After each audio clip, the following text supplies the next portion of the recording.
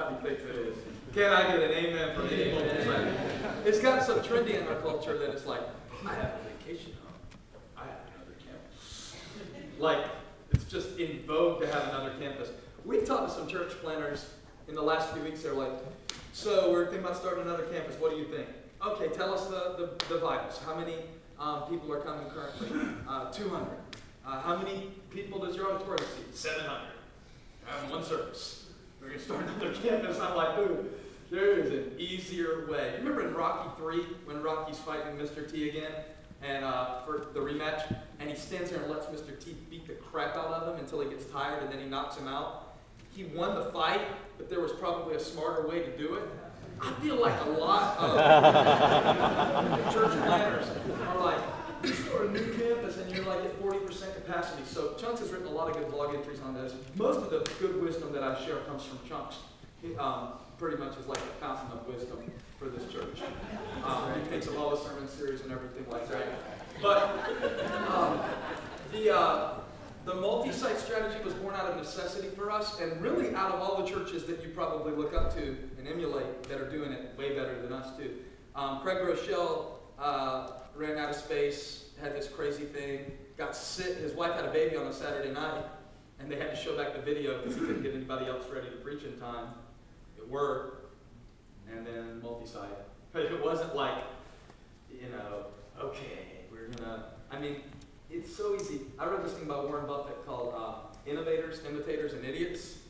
And he was talking about the financial market, and when any breakthrough comes along, the innovators create it, then some imitators come behind and do it well, and then idiots try to pull it off without even understanding how to do it. And I'm afraid, I'm not picking on you, you probably need to do multi-site.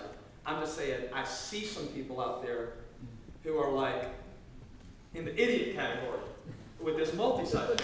And maybe you don't have the structure to pull it off, or maybe, I don't know. So the volunteers and all that. We ran out of space. There was a high school open out in Sticks.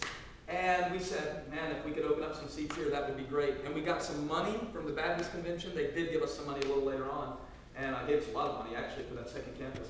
And we started that campus in less than 30 days.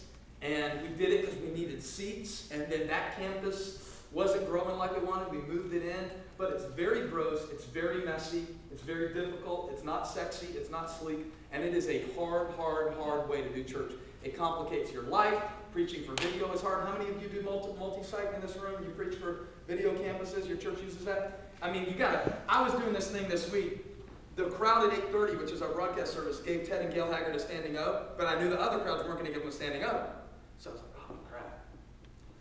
And I was like, how do I get them to sit down without it screwing up the video for the other campuses? And I was like, if you're standing at your location, please be seated.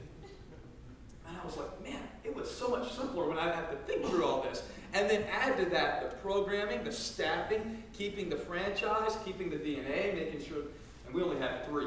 And so it gets really, really, really complicated. So I would analyze the risk, I would analyze the cost before jumping into anything, and then ask the question, is it worth the trade-off? Because there's a big trade-off. I promise you this, if there was a way to do it in one building, if we had all the seats, I'd do it in one building all day long.